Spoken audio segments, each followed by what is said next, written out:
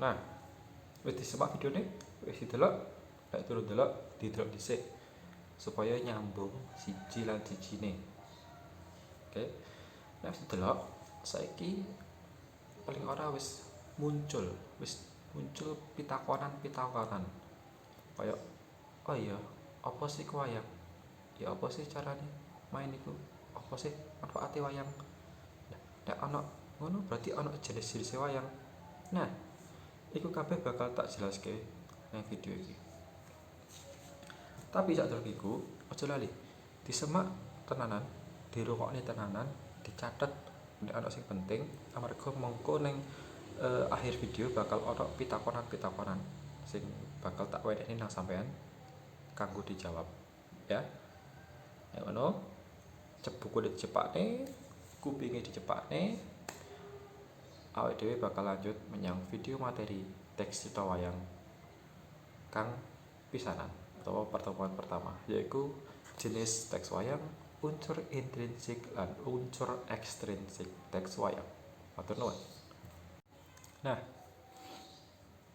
materi dina iki yaitu teks cerita wayang kaya sing wis tak andharne mau bakal nyinaoni jenis struktur intrinsik lan struktur ekstrinsik. Disemak sing tenanan, dicatat sing penting-penting. Oke, so diwiwiti ya. Bismillah. Sing pertama sih, ojo kesusu nang jenis kucing kudu dicetak nih, yaitu apa iku wayang. Nah, sampe ini sak maca iki wayang iku wujudake seni pagelaran. Banjur wayang uga diarani seni sing wujude drama, sing khas. Khas apa? Sik.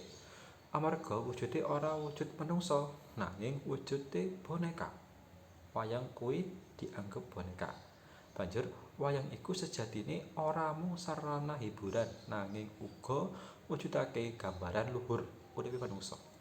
Nah, kini Bapak bakal menjelaskan apa yang dimaksud oleh poin-poin ini. Pertama,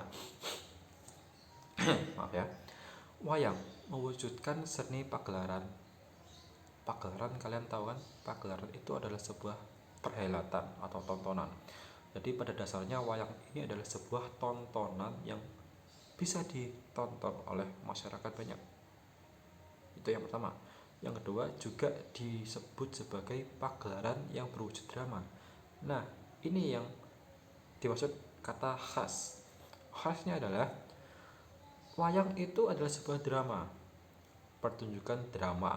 Tapi bedane nek wayang, nek drama itu kan atau teater ya. Sampai ngerti teater.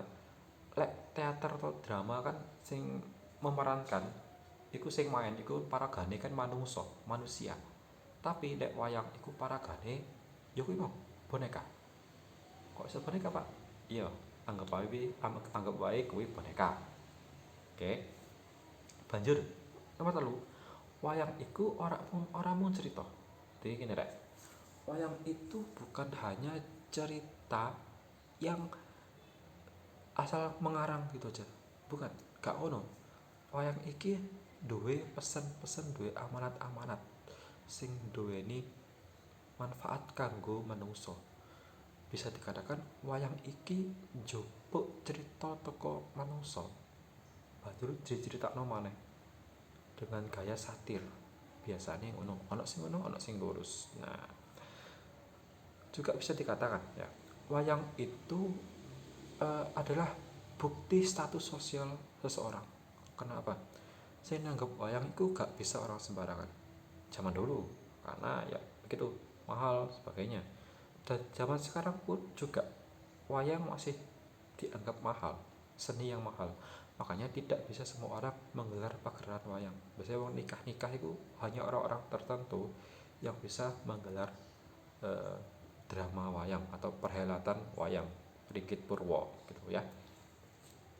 Oke, jadi gambaran singkatnya wayang seperti yang Bapak sebutkan tadi, wayang itu adalah sebuah tontonan yang menceritakan tentang kehidupan manusia tapi digerakkan oleh boneka. Dan sekedar info, yang menggerakkan wayang itu dalang. Nanti bagaimana lebih jelasnya akan Bapak jelaskan di video kedua. Kita di video pertama ini fokus dulu ke pengertian wayang, jenis dan strukturnya. Oke, kita lanjut. Nah, jenis-jenis wayang ono songo, ada 9. Diingat-ingat, ada 9.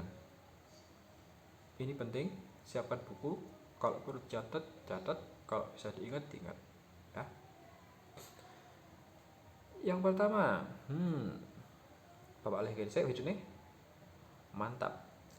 Wayang Purwo. Catat ya, atau didengarkan. Wayang Purwo. Purwo iku tegesi pertama, nomor 1. Nah, ini adalah pertama kali munculnya wayang. Wayang Purwo adalah menggambarkan kisah bab Mahabharata. Jadi diambil dari kitab Mahabharata yang mempunyai inti cerita tentang peperangan.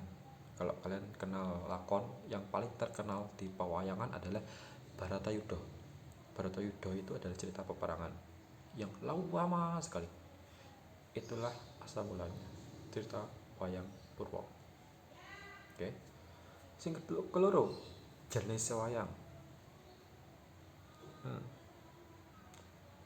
Wayang Madya. Tunggu. Kalau kalian teliti bentuk wayangnya, wayang Purwo karo wayang Madya sama kan?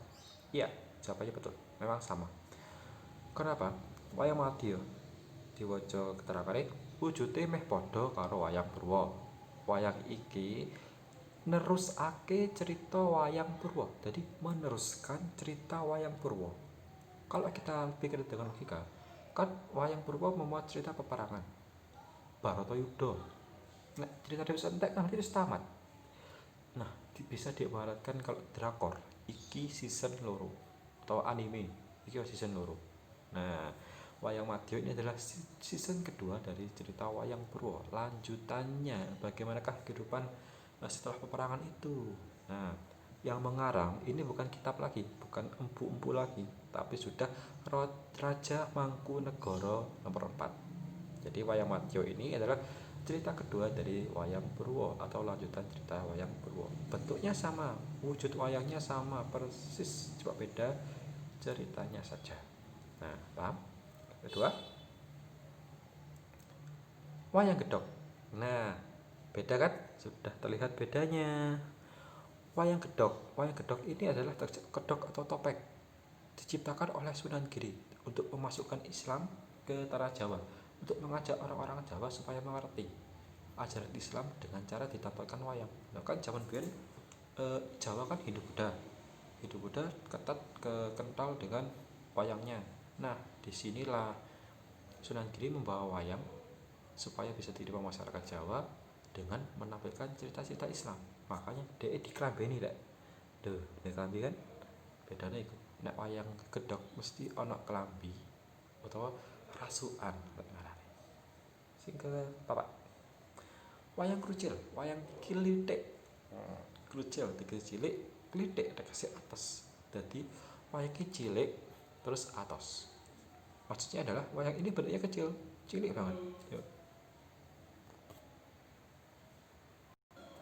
Nah, tadi wayang krucil iki wayangnya si cilik.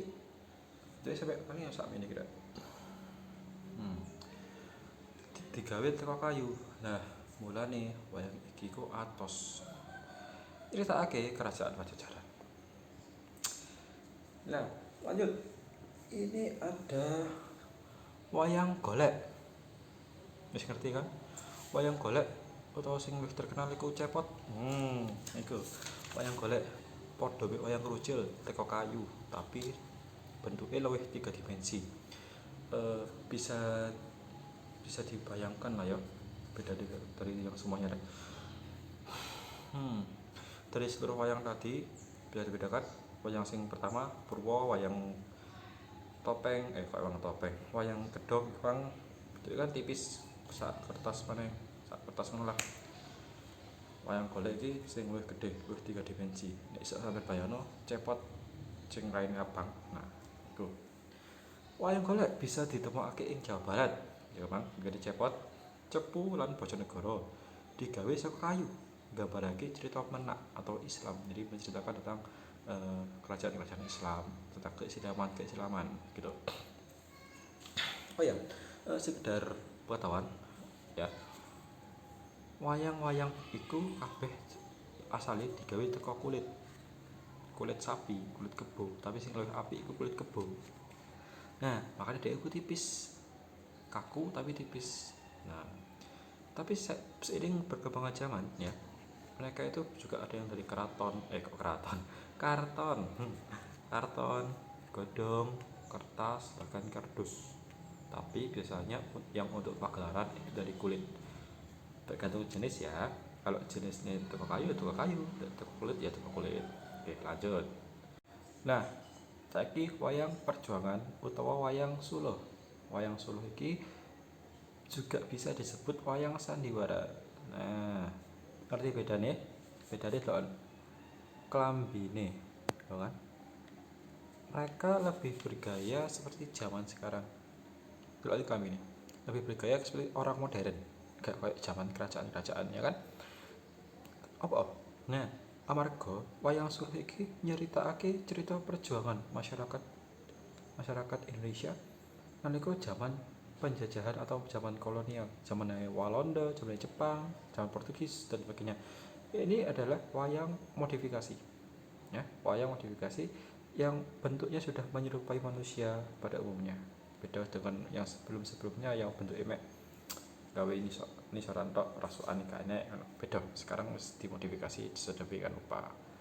Intinya adalah wayang yang menceritakan kisah perjuangan. Lanjut. Nah, ini yang saya pernah singgung tadi, wayang wong. Wayang wong. Konsepnya sama seperti wayang seperti biasanya ya, kayak wayang biasanya. Bedane wong-wong iki gerake gak bebas, Rek. Gerake itu kayak wayang. Nek wayang kan sampeyan ngerti ngene-ngene kan. Lah iki yo ngono.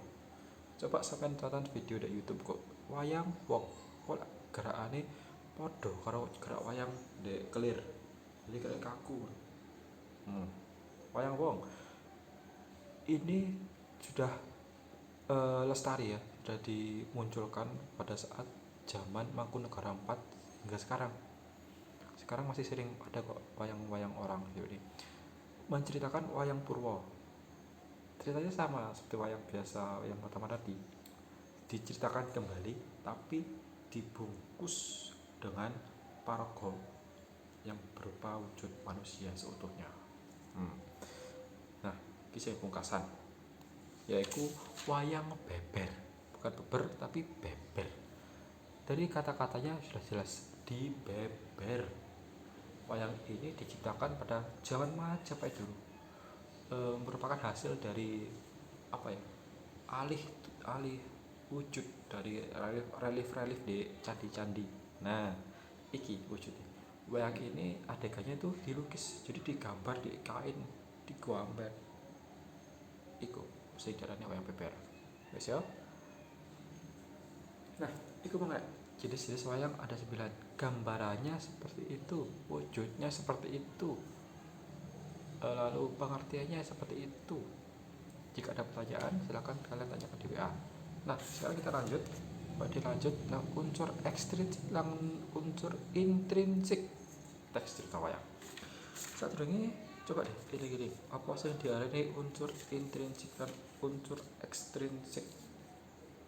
Misalnya kan unsur ekstrinsik yaitu unsur dari luar, sedangkan unsur intrinsik unsur dari dalam. Ya kan? Oke. Sekarang kita yang ke unsur ekstrinsik dulu ya. Apa? Nah, ana telu sing kudu sampean eling. Pertama, latar penulis. Kedua, POV, point of view utawa sudut pandang pengarang. Banjur situasi sosial pengarang. Apa maksudnya? Nah, maksudnya latar penulis. Latar penulis ini bisa dikatakan bagaimanakah kehidupan penulis cerita itu. Latar belakangnya bagaimana? Jadi misal penulisnya suka kerajaan, nah dia iku anake sapa? Anggota kerajaan ta? Apa wong biasa sing urip nek kerajaan iku ta? utawa malah rajane dhewe. Nah, iku sing kudu didelok. Misale dhek wong kerajaan dan uripe iku nek jero kerajaan utawa dhek iku adalah keluarga raja, bisa dipastikan ceritanya pasti tentang kehidupan para raja dan para keluarga raja. Beda maneh nek pengarangi iku wong biasa di sebuah kerajaan, ya kayak awake dhewe, manusia biasa ya di sebuah negara Indonesia. Lah, ceritanya pasti tentang kehidupan masyarakat di sekitar dia. Misal dia urip ning pasar, ya paling ora adoh toko pasar. Nek dia urip ning hutan, paling ora adoh saka berburu-berburu. Begitu latar penulisnya. Jadi kita lihat dulu penulisnya ini berasal dari mana, keluarga kerajaan, penulis kerajaan, atau orang biasa, atau bahkan dia rajanya sendiri. Pasti ceritanya beda-beda, ceritanya itu beda banget. Oh ya, dieling-eling point of view, POV, sudut pandang pengarang. Yes, sudut pandang pengarang ini apa cara dia melihat sesuatu berhubungan dengan latar penulis tadi. Poinnya sama, dia tuh mau lihat itu dari segi mana. Nek misalnya keluarga, berarti dia itu melihat keluarganya sendiri. Tapi nek penulis itu orang biasa, berarti kan dia melihat kerajaan.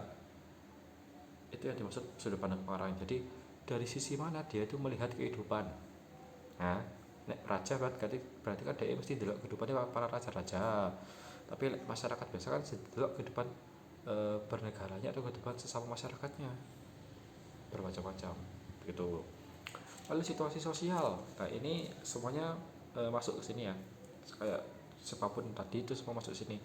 Bagaimanakah situasi sosial pada masa itu, masa penjajahan kah, atau masa kerajaan kah, atau masa peperangan kah, itu yang dimaksud situasi sosial. Oke, 3 poin ini saling berkaitan. Jadi bagaimanakah cara kalian mencari sekarang zaman modern, nggak kayak zaman biyen, bisa dengan 3 cara. Pertama, kalian ada kesempatan ke perpustakaan, cari buku, cari kitab Jawa, mesti ono. Yang kedua, cukup baca-baca tentang referensi pewayangan. Referensi itu bisa dari buku, bisa dari internet dan sebagainya. Sing ketiga paling gampang, Google pakai. Ya, guys. Lanjut. Sekarang kita ke unsur intrinsik. Unsur intrinsik ini ada 6. Silakan kalian ingat-ingat. Set. Oh, ada 6. Waduh, kurang rapi. Harus apa-apa. Sepenting ilmu tersampaikan, oh, kan? Maaf ya kurang rapi dikit. Ada 6. 1 paraga, 2 tema, 3 alur, 4 gaya bahasa, 5 sudut pandang, dan 6 latar. Iklan. Oke, paraga. Pertama, kita ke paraga. Set. Aduh, gak lurus. Ora apa-apa, penting kita sampaikan. Sorry. Paraga, peran sakjroning cerita. Atau mungkin kalian lebih kenal dengan kata tokoh ya. Tokoh dalam cerita ada 3, protagonis, antagonis, dan tritagonis. Protagonis adalah yang baik, tidak selalu baik, tapi dia adalah tokoh utama. Yang kedua, antagonis, balikane saka protagonis. Misalnya sing protagonis apik, berarti sing antagonis jahat. Ya, pokok dia kebalikan dari tokoh utama. Dan yang ketiga adalah tritagonis atau penengah, tokoh penengah atau paraga sandingan. Ya wis, jelas? Lanjut. Tema wis celco ya. Tema itu adalah pokok pikiran cerita. Tema itu misalnya tentang peperangan, ya temanya tentang peperangan zaman Majapahit atau peperangan zaman Singosari, sebagainya. Tema adalah pokok pikiran cerita, inti dari cerita itu apa, itu temanya. Bergantung, tema percintaan berarti Rabine Anoman, atau tema kesedihan Gugure Gatotkaca. Misalnya temanya tentang sukacita, laire Gatotkaca dan sebagainya. Tema itu universal, apapun bisa masuk ke tema dan pasti ada, gak mungkin gak ada. Ketiga, alur ya. Alur adalah rangkaian cerita atau rangkaiannya cerita. Bapak jelaskan. Apakah yang dimaksud dengan alur? Alur itu adalah tahapan. Kamu catat ya. Ada beberapa poin di sini, ada 6 poin. Ada 6 poin di sini ya. Silakan dicatat dulu. Jadi poin pertama adalah tahapan tetepungan atau tahapan perkenalan. Jadi di sini adalah perkenalan tokoh wayang dulu. Siapakah yang akan main di sini? Misalnya, ada juga bisa juga perkenalan tentang ceritanya, mau cerita tentang apa. Gitu. Lalu yang kedua adalah tahap menuju pertikaian. Nah, biasanya di sini ada konflik kecil-kecilan lah. Gitu. Misalnya, kita ambil tema lahirnya Gatot Kaca. Perkenalan sih, bapaknya Gatot Kaca sapa, ibuke sapa. Nah, misalnya wis anake lahir, Gatot Kaca lahir, konflik. Waduh, Gatot Kaca iki kok ngene. Cilik-cilik kok bentuke kaya ngene. Oh, misal ya, ini misal. Mulai muncul konflik. Lanjut yang ketiga, mulai adanya konflik menuju hal yang semakin rumit. Nah, lho, didelok iki duduk bayi biasa iki. Bayi kok ngene iki anake sapa? Muncul kecurigaan. Wis mulai konflik kan bapak ibuke. Kayak mulai ngerasa nek iki duduk bayi manungsa, iki duduk bayi biasa. Yang keempat, itu adalah tahapan klimaks, akhirnya puncaknya paling puncak. Mulai dari perkenalan, pertikaian atau menuju pertikaian, lalu perkenalan konflik, dan yang keempat klimaks, puncak konflik. Terus mulai menunjukkan jati diri kan Mang Gatot Kaca nih. Wis iki Pak, otot balung kawat otot wesi, wong sing paling kuat sak donyane wayang. Yang kelima, munculnya solusi. Nah, solusinya ternyata Gatot Kaca ini baik. Kita ambil jalan tengahnya kayak gitu ya. Dan yang terakhir adalah tahap penyelesaian. Jadi ada 6 alurnya. Yaitu adalah 1 perkenalan, 2 menuju konflik, 3 konflik, 4 klimaks, 5 solusi, dan 6 resolusi atau penyelesaian. Ya, diingat-ingat. Yang keempat adalah gaya bahasa. Gaya bahasa ini nanti bergantung ya. Pengarang ini menggunakan bahasa Jawa Pak. Bahasa Jawa itu banyak. Bahasa Jawa kromo, halus, kromo lugu, nguku halus, nguku lugu. Tapi biasanya tapi gaya bahasa ini bergantung pada nanti si dalangnya. Dalangnya pakai bahasa apa? Biasanya pakai bahasa Jawa kromo halus. Lalu yang kelima, sudut pandang. Nah, ini sudut pandang ceritanya. Berarti pengarangnya itu delok kawong kepiro, beda dengan sudut pandang di unsur etinistik yang merupakan sudut pandang kehidupan manusia. Di sini adalah sudut pandang cerita. Jadi dalang itu jadi orang keberapa? Biasanya jadi orang ketiga. Terakhir latar ini sama dengan setting ya. Setting wis gambarannya waktu, tempat, dan suasana nanti bisa kamu ketahui di ceritanya ya. Misalnya waktu udah siang, sore, malam, esok, pagi, dan sebagainya. Bangunnya nek alun-alun, di pala dan perang, di kerajaan, di keraton, di bebas. Dan suasana tegang, sedih, penuh amarah, dan sebagainya. Nanti bisa kalian lihat di ceritanya. Oke, sudah selesai. Nah, wis kayak ngono. Inti dari semua ini, inti dari cerita teks materi teks wayang ya. Ada pentol. Ini dari semua cerita wayang. Materi sudah sampai sampaikan, mulai dari jenis sampai ke struktur intrinsic dan intrinsic. Kurang jelas nanti kamu tanyakan, lebih jelasnya nanti bisa kamu lihat di modul ya. Jangan lupa nanti Bapak beri latihan soal, dikerjakan dengan seksama. Oke. Materi ini saya ini sampai sini. Nah, kalau mau materi sing bisa tak jelasne sampean.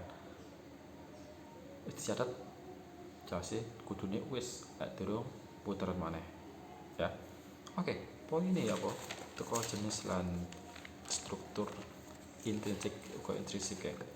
Nah, anak pitakonan sing isih ganjel nek jerone pikiranmu, takone ning grup WA. Ya. Takone gantian.